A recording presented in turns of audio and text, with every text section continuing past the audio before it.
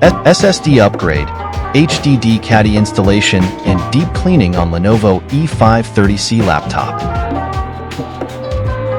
Thank you to Sir Eric for trusting our service. We will use Apacer 256GB 2.5 SSD as primary storage, replacing his old Kingston 120GB SSD. To utilize his old 120GB SSD, we will put it in HDD Caddy as secondary storage. Having your laptop deep cleaned at a trusted repair shop is highly recommended.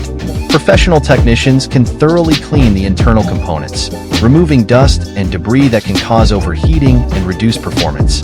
This includes cleaning the fans, heat sinks, and vents, which helps maintain optimal cooling efficiency. A deep clean can extend the lifespan of your laptop by preventing hardware issues caused by dust accumulation. Trusting professionals ensures that the cleaning is done safely and effectively, minimizing the risk of damage to delicate components. Installing an HDD Caddy to add your old storage to your laptop is a smart and practical upgrade.